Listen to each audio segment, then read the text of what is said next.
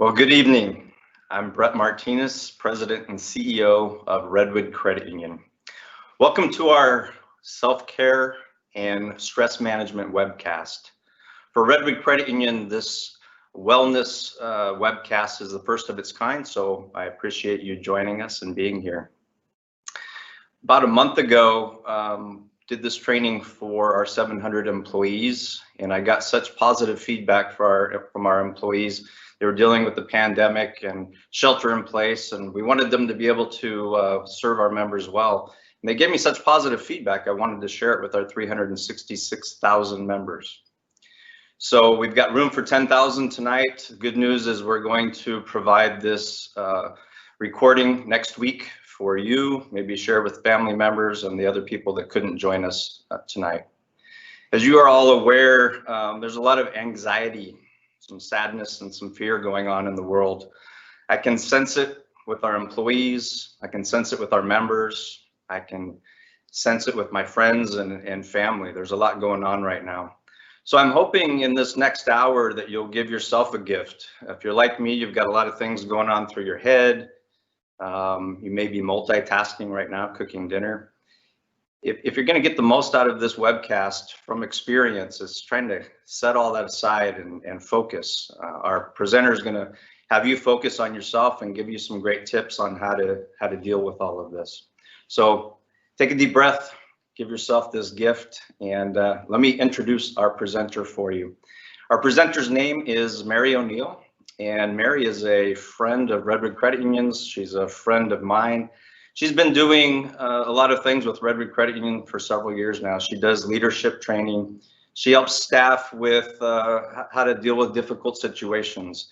And certainly, at least if we have members all around the world and mainly in San Francisco and the North Bay, but if you've been in the North Bay, we've had fires and we've had floods and we've had power outages, and now we've got pandemic and shelter in place and some of the recent social unrest. So she has come in and helped our staff deal with some of that stuff too. The good news is there's things that we can do to manage that stress, and Mary has a great resume. I'm not going to go through her whole resume. I've done that before and it's pretty impressive. But one of the things I want to focus on is that she is a psychotherapist, and she has been a psychotherapist for over two decades. And she knows what she's doing. As a result, she has a deep understanding of how people function and coexist successfully together. She's able to heighten people's awareness of how they think, how they feel, and behave in different settings so that they're ready for whatever comes their way. And we don't know what next week brings, so I think you're going to enjoy this. Without further ado, I'd like to introduce you to Mary O'Neill. And so Mary, take it away. Thank you so much, Brett. I'm delighted to be here this evening, and I'd like to take a moment just to say hello to everybody and welcome you, and thank you for taking the time to tune in with us tonight. You know, given everything that's going on in our world and our nation and our communities right now, I don't think there could be a better time to have a webcast on self-care and stress management. When you consider the convergence of this life-changing pandemic that has stretched from weeks into months into now an unknowable amount of time in the future, along with what's happened with the social unrest of recent weeks, well, it's impossible not to have been impacted by what's going on, and we're all shaken. And also, as you said, Brett, as you consider the fires and the floods and the blackouts we've experienced here in the Bay Area over recent years, we're all shaken by what's going on, and we're struggling, I suppose, some of us, to find our ground and find that level of clarity that we all need to really make wise decisions right now and to respond skillfully to what's going on. So what I do know for sure, though, is regardless of what's happening, given the stress and complexity of our lives, it is so important to learn how to respond skillfully to what's happening. And that's what we'll be talking about tonight. I'm going to talk with you about several ways to reduce stress and increase resilience. We're also going to take a moment to think about setting an intention so that we can really decide how we want to be during this time. And I'm going to introduce you to a few of my favorite mindfulness and body-based practices that will help you cultivate a calm and steady mind so that you can approach this with some degree of grace and equanimity. And essentially, mindfulness basically helps us determine what kind of stress cues that we have, what signals of distress are in the body, and the body-based tools will actually help us work with them. And then lastly, I'm going to introduce you to a simple 4-step method for working through stress. So let's face it, these are really highly stressful times. Our world has changed and we don't know what it will look like. There's no roadmap, no playbook for what we're going through. And people are struggling with the emotions just as much as they're struggling with the economics. If you have a look right here on this slide, I have featured a number of different feelings, which incidentally are all normal and healthy during times of heightened stress. It's not at all unusual to have feelings like this, but I would bet over the last several months that you've experienced at least a few of these, and perhaps even over the last couple of weeks, these have really increased for you. So I'd like you to look at this list for a minute and see what feelings resonate most with you. There are quite a few here, and I've been feeling them myself and struggling in the recent weeks and months myself.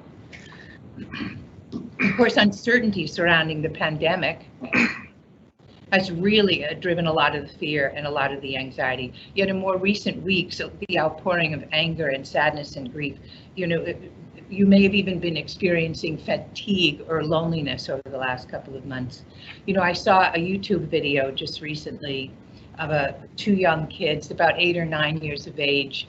They're cousins, and they hadn't been together for a couple of months, and they were begging their parents if they could visit with one another, and they allowed that to happen. And this is a video of their first hug since the COVID shutdown, and it brought tears to my eyes to watch it. I think it's called Hugging Huck, and the children come together and they embrace each other gleefully, and then right away start weeping in one another's arms.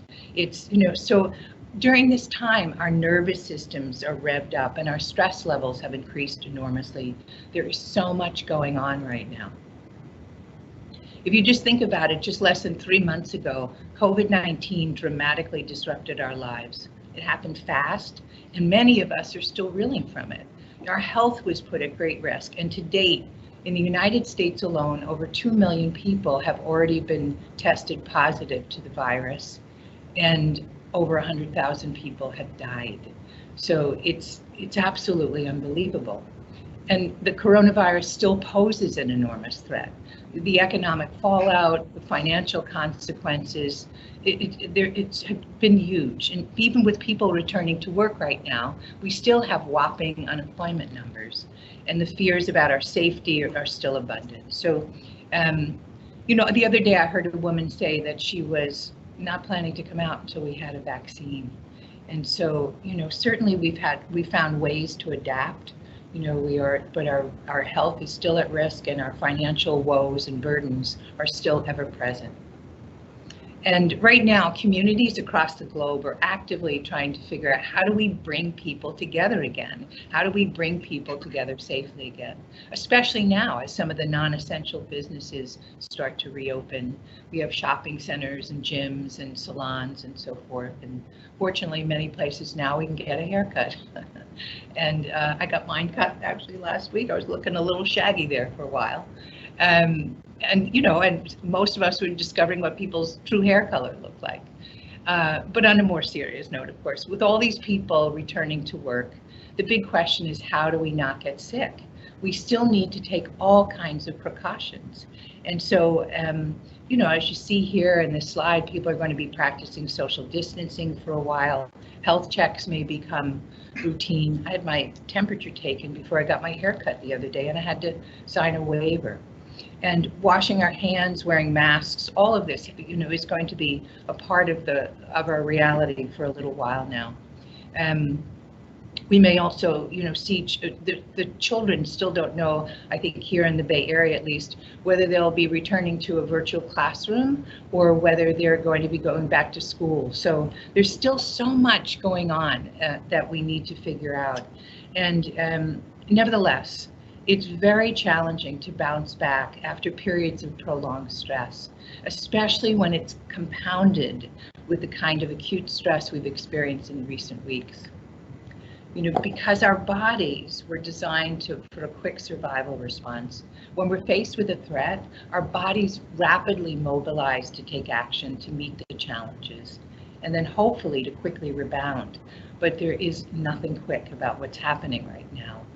The stress that we're experiencing is unrelenting, and so we're in a constant state of fight-flight. And this can be really debilitating if it lingers for a while.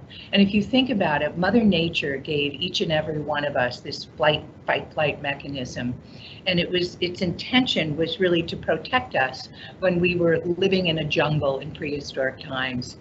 The energy that would mobilize was intended to help us if we were out gathering food for our family, and in that moment you come across a saber-toothed tiger, and that energy is designed to help you fight the tiger and save your life, or to head for the hills and get away.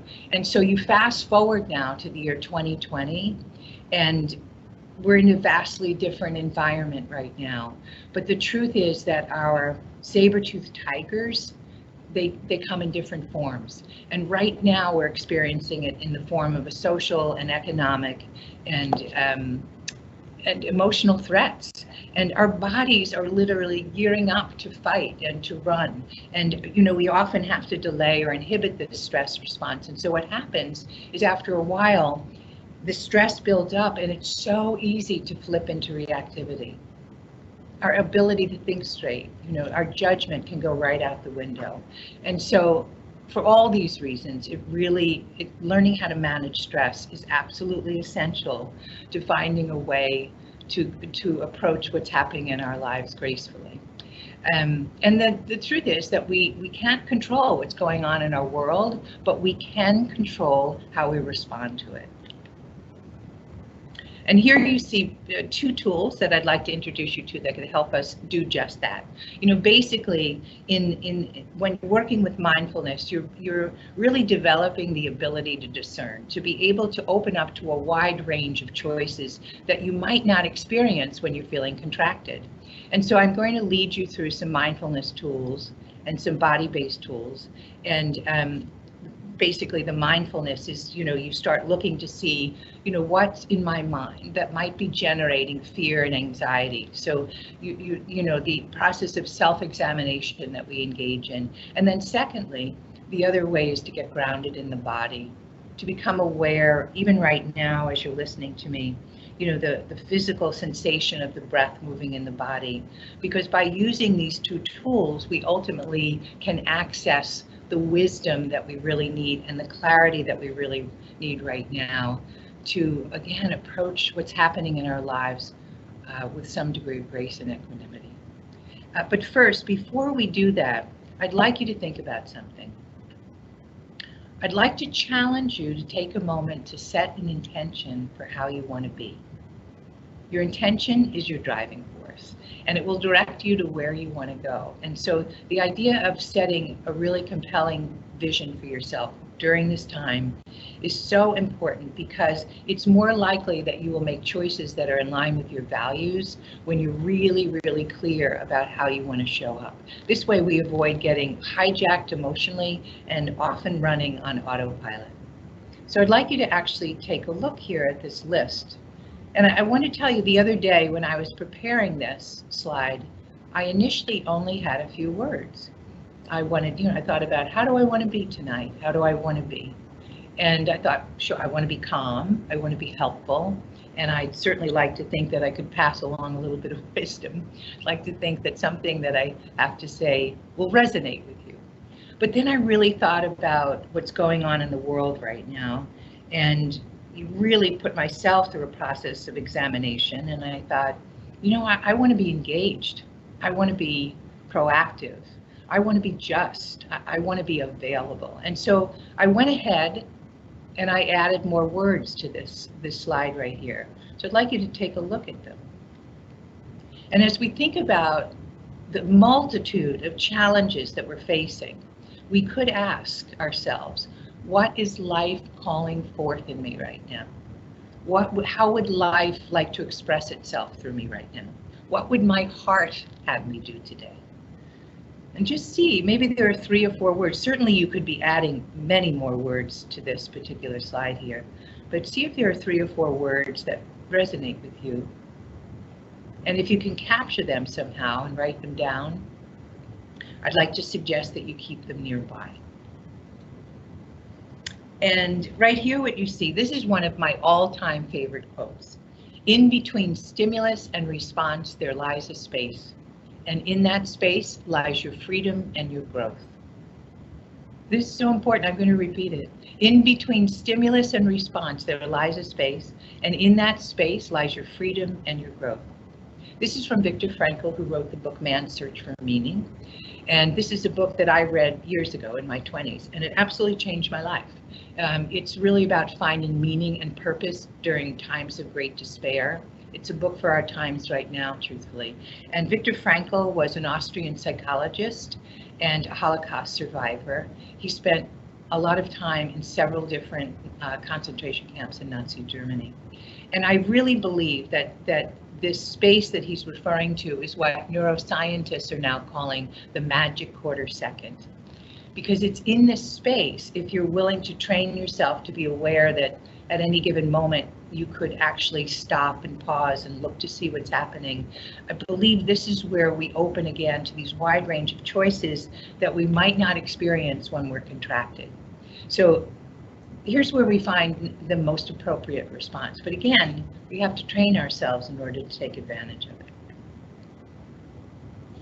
Now, here we have the power of the pause. This is how we learn really to harness what Viktor Frankl, I believe, was talking about. And if I could teach you only one mindfulness tool, it would be to learn how to pause. The pause truly, without a doubt, is your superpower. You know, I saw Dan Harris, he had an animated cartoon that I've actually shown at Redwood of a fellow who's, you know, he's trying to demonstrate the idea of the pause being your superpower. And he has this fellow get, you know, he's cut off in traffic, and he not only gets angry, but he sort of inhabits his anger and gets out of the car and runs down the street while his children are sitting in the back seat laughing. You know, this is what happens to us. We habitually, immediately inhabit feelings when we're triggered. And the whole point of this, the pause, is to recognize that you can stop, that in between that stimulus, whatever it was, someone cutting you off in traffic or anything else, so we don't have to search very far right now to find triggers, because there's a lot of pressure points that are being pushed. In between stimulus and response, there lies this space, right? So that simple act of paying attention to your inner experience can have a profoundly powerful impact, not only how you show up for yourself, but how you interact and relate to other people. And I've had people tell me, honestly, I've had people stop me in the street and say, Mary, the pause saved my life. It absolutely saved my life. I had one fellow tell me it saved his marriage. So I can't stress enough how important it is to learn to work with this tool. And we'll work with it tonight as well. And I want to share with you, even just last week, I work with this all the time, personally and professionally, and I encourage people to work with it.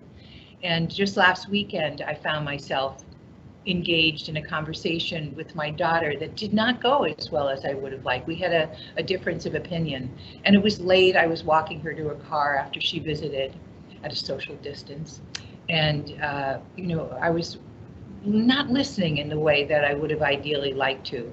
And because we were disagreeing, I found myself slipping back into an old unhealthy pattern of getting defensive.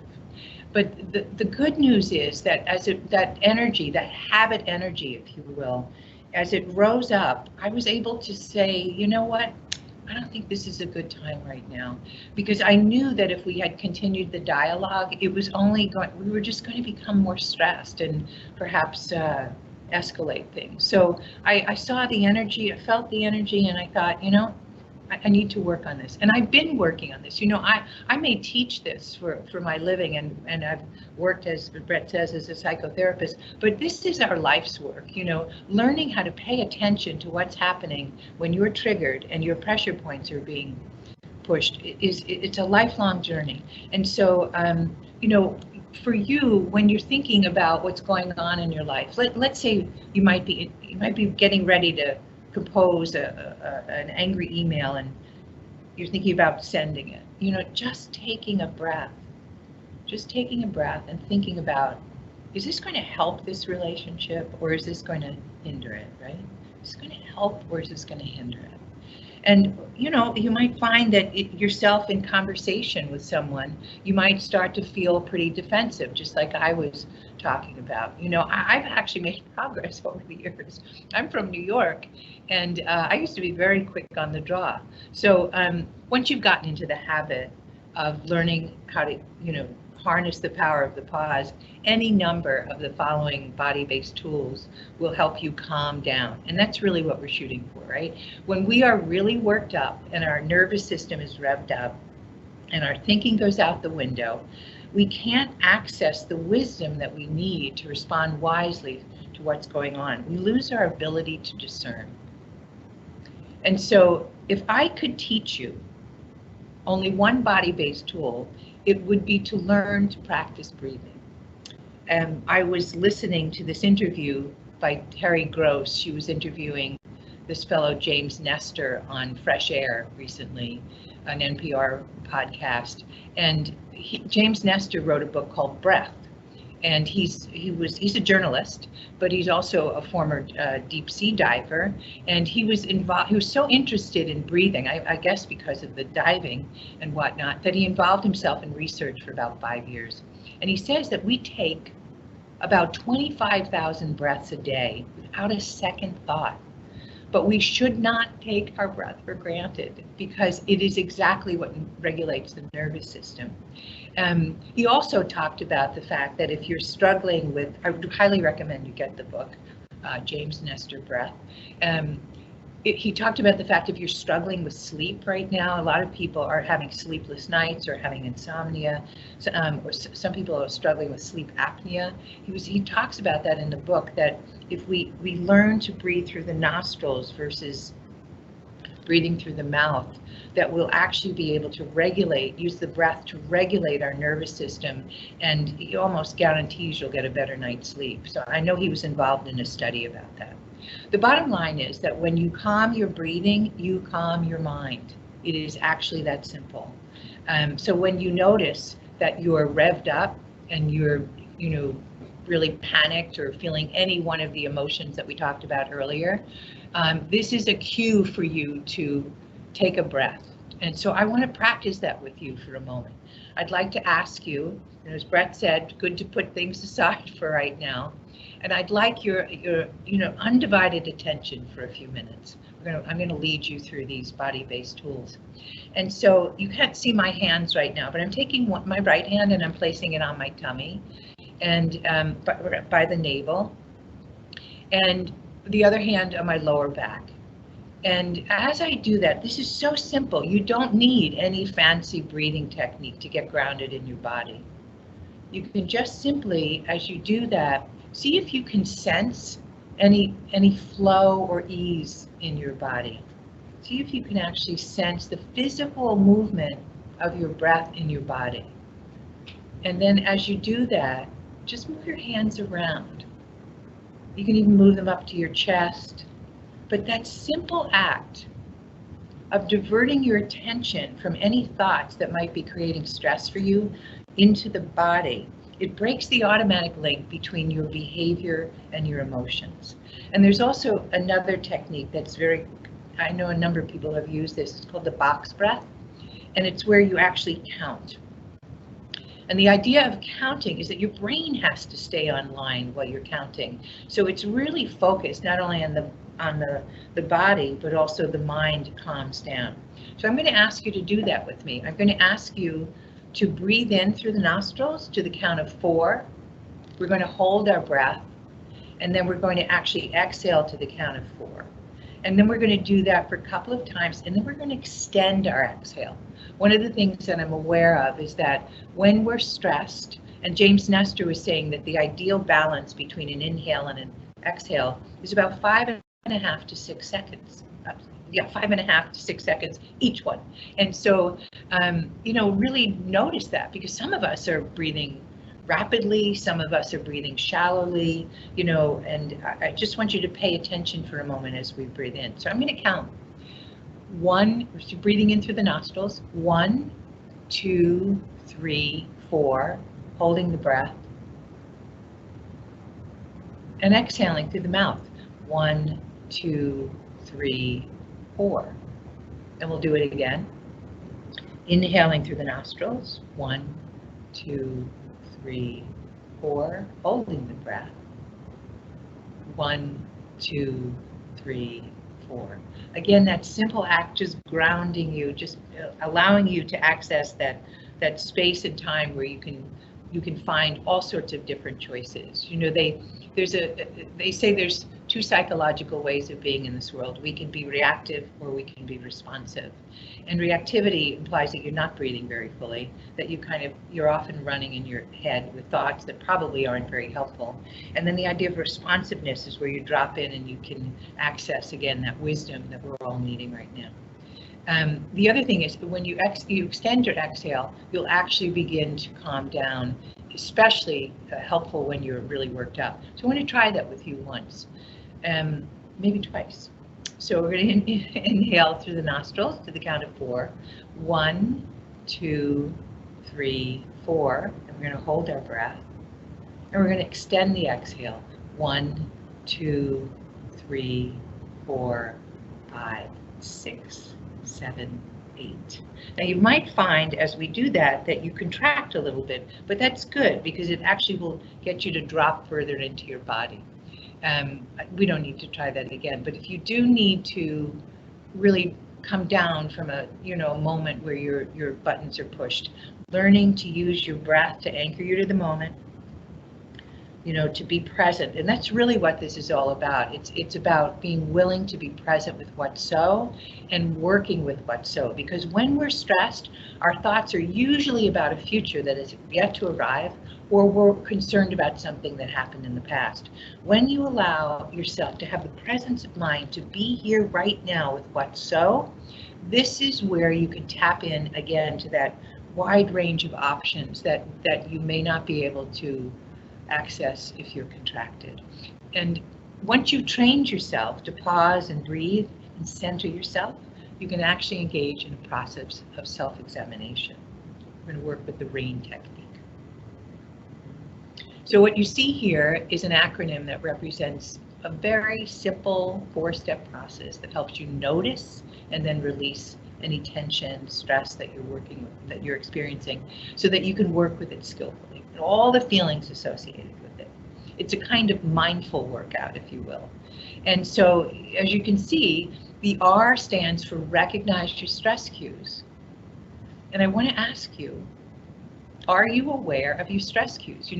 None of these tools actually will work if you don't know you're actually off and running in a direction you may not want to go. So, I'm aware that when I'm stressed, as I was when I was having that conversation with Shannon the other night, my energy is up and out. It literally is the fight-flight energy, but I can feel it in my upper chest, my neck. My shoulders even probably tighten and rise up. Where do you hold your tension? Because this should become a red flag for you. When you can notice what's happening, you have much more choice in what you're going to do with it. So I want you to just take a minute to think, when you're stressed, you probably don't have to search your memory bank, too far to figure out when the last time was that you were stressed. Where does it show up? Where do you sequester this tension? Again, that should be your red flag. And then the next thing to do is to acknowledge, okay, I'm stressed out, this is happening, my buttons have just been pushed, and I've got a lot of feelings that are associated with this. And this is not about pushing feelings away. I heard somebody say the other day, I don't want to get emotional. She was so clearly emotional that the idea of not being emotional was impossible.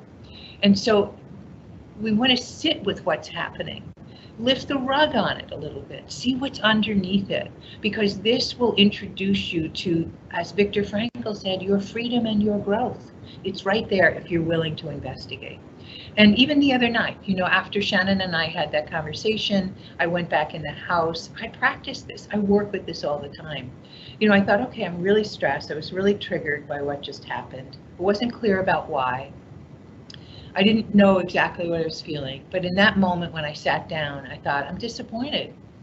I'm disappointed that I didn't listen as well as I could have. I'm disappointed. I'm still working with this habit energy and that it hasn't gone away. And again, this is a lifelong process. And and you lift the rug, investigate what's really going on. And I thought, as I moved on to the what do I need here, the N in the RAIN acronym, I realized we both needed understanding and we both needed acceptance. And I don't know that I would have arrived there if I had not been able to work through this particular technique. It's a very simple technique and it's so powerful. I wound up picking up the phone even though it was late at night and talking with Shannon, and we both were in a much better place. I'm sure we both slept much better that night as well. So I'd like you to try this. I want to work with this. I'd like you to bring something to mind that triggered you recently. And again, we don't have to search very hard to find things that are upsetting right now. So I want you to just sit comfortably if you can and think about that. Just allow yourself to bring it to the forefront of your mind. What disturbed you? What happened? Where did you sequester tension? How do you know you're holding it? And what kind of feelings were associated with that? Again, feelings are normal. They're healthy. During periods of heightened stress, we're all going to feel them. In fact, all our feelings evolved over time to protect us. That's how emotions actually grew within us as we evolved as a species. So allowing yourself to investigate, what are you feeling? What comes up for you? And don't push it away. Just allow yourself to acknowledge, yeah, there's profound, there could be anger, there could be profound sadness, there could be a lot of fear still, that we're in this pandemic still and we don't know where we're going. And I understand there was a spike in cases just recently. Well, acknowledge and then investigate what's really going on. Why are you upset? But more importantly, what do you need? What do you really need? Because you may need to talk with someone. You may need to vent. You may need to become proactive and engaged. You may need to walk around the block. You may need to take a breath. If you don't stop and allow yourself to think about things, you would wind up on autopilot, swept away by what's happening. So this process helps you really ground. And again, it gives you the idea of mindfulness, if you will. I think of it as a medicine for our time right now. I really do. I think of it as a medicine for our time. And I've heard it likened to a bird with two wings. On one wing, we've got awareness, and on the other wing, we've got the appropriate response. And that's what we're shooting for, right? We do this to find the appropriate response and take care of us. These are 5 other very effective tools that I'd like to lead you through here as we sit and push everything to the side still. I hope you're still doing that. You can use any one of these practices to regulate and calm your nervous system. And so we're going to actually start with the body scan. We've already done some breathing and we started working with the RAIN technique. I'd like you to actually just sit up straight, if you will, put your feet on the floor and get comfortable. Have your spine be rather neutral but straight, right?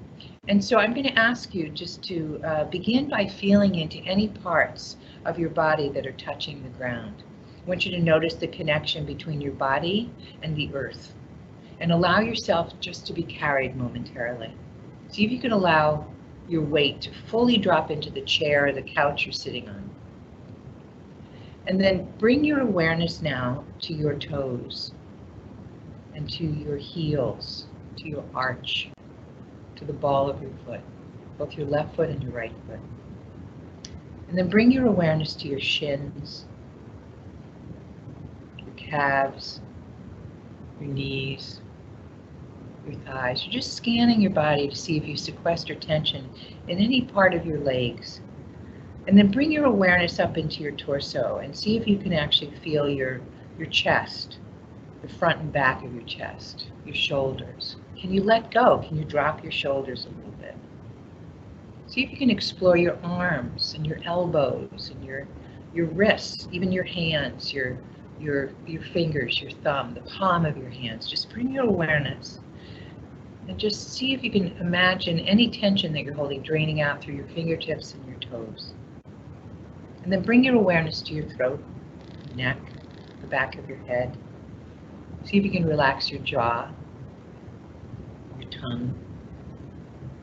See if you can just be aware of your whole body right now and see if you can allow yourself to experience a level of spaciousness, openness, receptivity that may allow you once again to access the wisdom that we all need, the clarity that we all need. And then imagine a warm glow of energy, if you can, coming in through your feet right up into the body, surrounding you, kind of enveloping you. And then I'm going to ask you to place your hand on your heart. This is one of the quickest ways. Actually, James Nestor talks about this in his book. He was talking about it in the podcast. When you place your hand on your heart and you breathe deeply and gently into it, you're actually activating the parasympathetic nervous system. It's one of the quickest ways to antidote stress because cortisol floods the system when you're stressed, and this actually releases oxytocin into your bloodstream. So I'm going to ask you to do that with me. And close your eyes if you'd like. And I want you to breathe in gently, softly into this area of your heart. See if you can breathe in a sense of ease, a sense of safety, a sense of goodness. And as you do that, I want you to remember one moment, just one moment, where you felt loved, safe, and cherished. It could be a friend, family member, teacher, therapist, it could be your pet. Just allow yourself to feel safe and loved and cherished. See if you can allow yourself to experience, let the feelings wash through you. Notice any deepening sense of ease or safety as you do this. Again, it's the antidote to stress. You can practice this so many times during the day. I practiced it probably 5 times today. And then the deep sigh, I'm not going to say a lot about this, simply pairing the deep sigh with the breathing technique that we did so that you actually you extend the exhale and you might add a sound like ah or something. Actually pairing, it's one of the quickest ways to reset the nervous system is to pair any tension you might be experiencing with a deep sigh. And then movement. Any kind of movement is going to shift your physiology. People who have been up and moving around during the sheltering in place have shown that their anxiety, the rate of depression, etc., has been far less than people whose activity declined. So you need to get up and move. Just doing that sometimes, you don't even have to go far. Sometimes you can just get up, move, shake it off, and or go for a walk. But movement changes your physiology. And then gratitude. That's the last practice here, the last tool that I'm going to offer to you. We are wired to pay more attention to the negative. We have a built-in negativity bias. And Rick Hanson, who wrote the book Buddha's Brain, has said that our brains are like Velcro for the negative and Teflon for the positive, meaning it's hard for us to take in the good and stay with it. And I want you to know that, right now you might be thinking, how do we find any upside of what's going on? The truth of the matter is that this is not in spite of, we don't cultivate these feelings in spite of what's going on. We cultivate these feelings along with what's going on so that we can actually be of service. We won't be of service to anyone if we only focus on the pain that's happening and the sorrow. So by people who actually are able to focus on gratitude and be able to name what's happening, what they feel good about. There's so much goodness happening right now. There are courageous acts. And I'd like you to consider, just harnessing that and being aware of a few things that you could actually be grateful for. People who practice taking in the good actually have healthier immune systems. They are more easily able to express kindness and compassion. And so I strongly encourage you to not think of this as something that is a bypass for some of the difficult feelings we're experiencing, but in fact an ally to them. So this is the summary, because we're almost at the end. I love this little quote here. It says, self-care means giving yourself permission to pause. I want you to remember that. This is a summary of what we talked about, and my recommendation is keep doing your inner work, keep doing your outer work. If you get into the habit of being more mindful and taking care of yourself, I promise you it will have a powerful positive impact on not only you, but the people around you. And you can be a force for good, and we need people to be a force for good right now.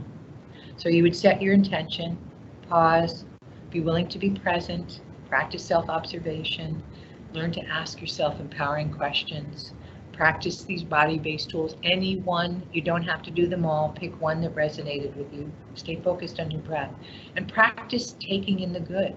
See if you can actually override that negativity bias from time to time and take in the good. And then on a final note, the virus will be with us for some time. This we know for sure. And the social unrest is not going to be settled quickly. So in the meantime, there are many things that we can do to take care of each other and stand together. This can be a time of effective, powerful, positive transformation. So I know Brett has some questions for me, but I want to finish with a poem by Margaret Wheatley called Turning to One Another. There is no power greater than a community discovering what it cares about. Ask what's possible, not what's wrong. Keep asking. Notice what you care about. Assume that many others share your dreams. Be brave enough to start a conversation that matters. Talk to people you know. Talk to people you don't know.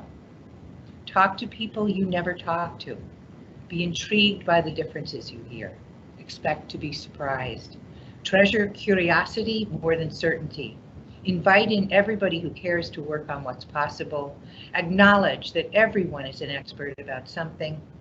Know that creative solutions come from new connections. Remember, you don't fear people whose story you know.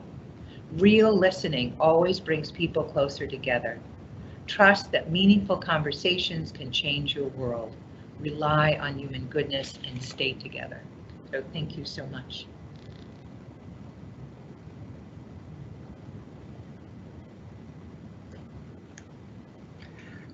Well, thank you, Mary. You're quite welcome, Brett. Thank you. So I hope you guys all enjoyed that. I've heard that many times and it never gets old. Two of my favorites are the pause. We tell each other here all the time, pause, pause, pause, and it works. And we can hear it in my head now. Hear people telling me, and the other favorite of mine is the breathe exercise. Only problem with the breathe exercise is every time Mary has me do it, I yawn, and that's not always an appropriate thing to be doing. So I have to be careful when I did it. When she was doing this here, I was sitting here yawning while I was listening. So it's relatively relaxing. We do have a little bit of time for some questions. We've been hearing our members over the past 3 months, and so we've put some questions together based on what we've heard, and I want to just ask you some questions, Mary, because we have a little bit of time. Absolutely. So one of them is, given all that's going on right now, how do I deal with the anger that I'm feeling, and how do I transform that? Yeah, that's it's really ever present right now. And you know, the truth is that anger is a really healthy, normal reaction to what's going on, and it's also a real motivating force. It can galvanize people to accomplish great things. And so it's, you know, the thing is, when it becomes a problem is when you're swept away by it. And as I said during the talk tonight, that your ability to think clearly, your judgment can go out the window. So we want to make sure that we're harnessing anger in a way that's appropriate and helpful, and, you know, moving us towards our goals. I would imagine for the person asking about it, they may be experiencing some troubling feelings about anger. And what I really recommend is that you sit with it. You don't push it away. And I'm not talking about, any acting it out in ways that are not appropriate, but you sit with it and you lift the rug on it, because underneath anger is often a lot of sadness and grief. And I know myself, over the last couple of weeks, I've had so much going on. We've all had so much reactivity, emotional reactivity. And when I've sat with my own, I thought, wow, I'm just heartbroken. There's a lot of heartbreak here. And so I would recommend that you look at anger, you harness the power of it. If you need to talk with someone or vent, I taught my kids years ago that they could yell into a pillow when they were angry, and we even used tennis rackets on pillows. But the idea is that underneath anger, honestly, I can promise you, is a lot of sadness and grief. And so I would encourage you to sit with it, pay attention to it, work with it, and ask yourself, what would my heart have me do? And I think that might give you the answer that you need. Great. Thank you for that one. Here's another one. So what are the best ways to help my children or maybe grandchildren deal with the stresses of these times?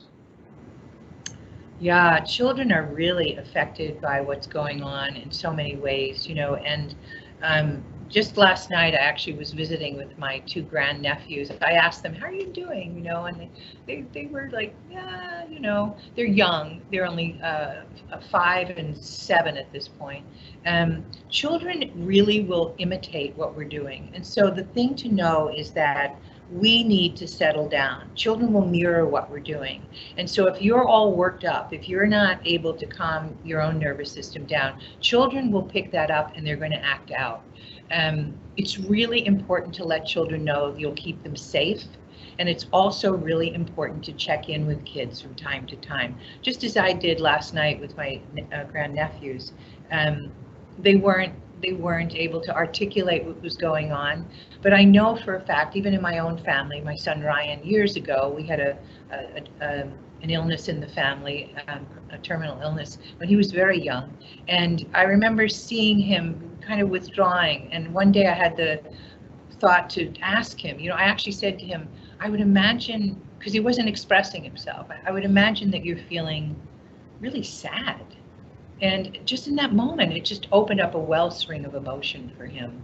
So check in on the kids, model the way, live by example, and just be careful you don't have too much news on while the kids are home, because they're going to be, their nervous systems, their brains are developing right now, and they're picking up on everything. Unbeknownst to us, their radar is out there, their antenna is out there, and they're picking up. So be the example.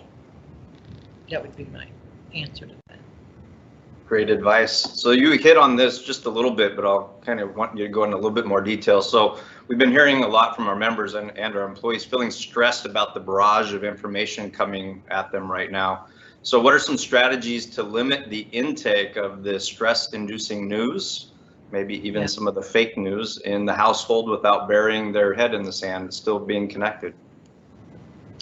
Yeah, there is so much coming at us, as I said earlier, and yet, we need to stay informed. It's one of the ways in which we actually, by educating ourselves, we wind up feeling safe and informed, and we have a sense of what to do. But on the other hand, we could be listening to news 24/7, and it's actually not good for the brain. When you consider that as we look at news, there are a lot of things that are overstimulating on TV or even on the radio, just listening in. The brain is actually reacting to that. It's just as if, to some degree, it goes into fight, flight, and unbeknownst to us, our nervous systems are getting revved up. So I think you have to find your own rhythm. I used to get up in the morning and look at the news right away, and it was the last thing I did before I went to bed. I think a lot of people were doing that. And then I realized how much it was disturbing my sleep. And so I really made it a conscious choice not to tune in that quickly. But I have a friend who said she allows herself an hour a day. That's it. I have other people who say that they take breaks from the news and they simply notice how they're feeling, and then they watch the news again. It's really about finding your own rhythm, but I'd really encourage you not to be looking at the news late at night, because just the blue light from your devices will actually create sleep disturbances. And then there are reliable sources. You have to find them, and you know, to be able to feel that you're getting the information that can help you make choices that are important. There's some research, you have fake news, as you said before. It's not where we want to place our attention. But you have to find your own rhythm, and I would say limit your news to what you really need to know, so you can stay informed, you can stay educated, and you can stay safe. And notice what it does to your own system, because we all have different reactions. Great advice. So you talked a lot about how we manage ourselves, but we've been sheltered in place with a partner, family member. We have people around us, and you talked to us about how to manage ourselves. How do we help those that we're around stay calm and help them? I think, again, the idea that we, emotions are contagious. It's really interesting to think about it, that if we're really worked up, it's going to have a ripple effect on the people around us. Same is true that if we're around people who are really worked up, we're going to catch what they have. And so I think it's really important to check in with one another. A lot of people have been cooped up at home, sheltering in place for a long time. And I have to say, some people have said, we're not meant to be together this much, this often. And I had one person say, yeah, it's really wearing on my relationship. You need to check in with one another. I would actually recommend that you put aside time where you either say, okay, this is going to be my time to check in. I just need to tell you what's going on with me, and I just want you to listen. I don't want you to fix it. I just want you to listen. And give your partner or your children the same space to be able to do that. Because let's face it, there's just so much going on right now. If we're in quarters where we can't have the activities that we're used to engaging in, the space, the freedom to come and go. I had a fellow tell me that he was getting in trouble just because he was going down to get a loaf of bread at the bakery in the morning. His family was worried that he would come back and, I guess, in the meantime, catch the virus. It started all sorts of arguments. Check in with people. Find out from one another what their needs are. I think the most important question we can be asking of one another right now, two questions. How are we feeling, and what are we needing?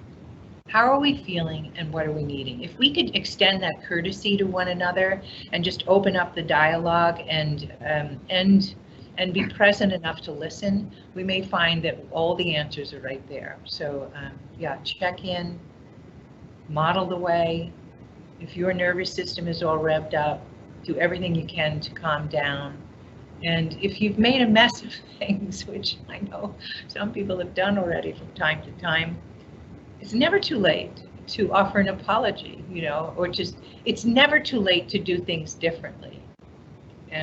Never too late. So whatever you find is the next step. And I think also working with these body-based tools, they will open you up to a space where you can access that wisdom. And I would trust if you can do that repeatedly, if you get into the habit of doing that, the next step will be obvious.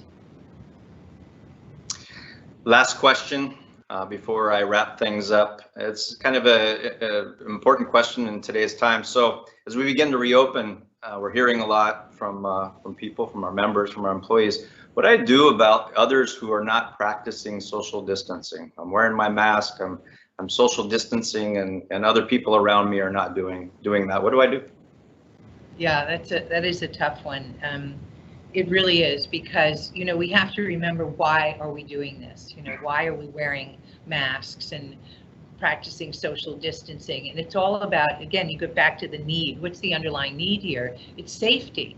We're trying to prevent the spread of the virus. And so one thing I know for sure is that shaming people about it is not going to work. I actually have a friend who was in line, I think it was at Pete's one day, she murmured to the person next to her that about this fellow who wasn't wearing a mask, and it escalated into a big argument.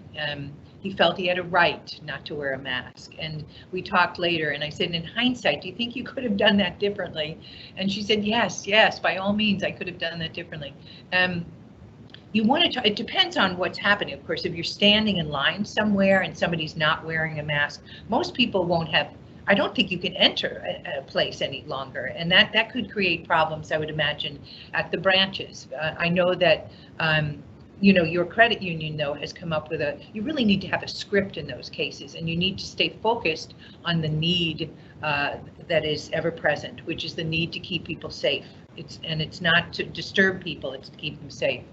And so if you're outside, you know, if I had been at Pete's and somebody was standing in front of me, I would have taken ownership of what I was feeling and needing, which is that, you know, I need to practice social distancing. Instead of, I think what happened that evening, I think the person judged the person, and it gets to be a mess. So always use I language.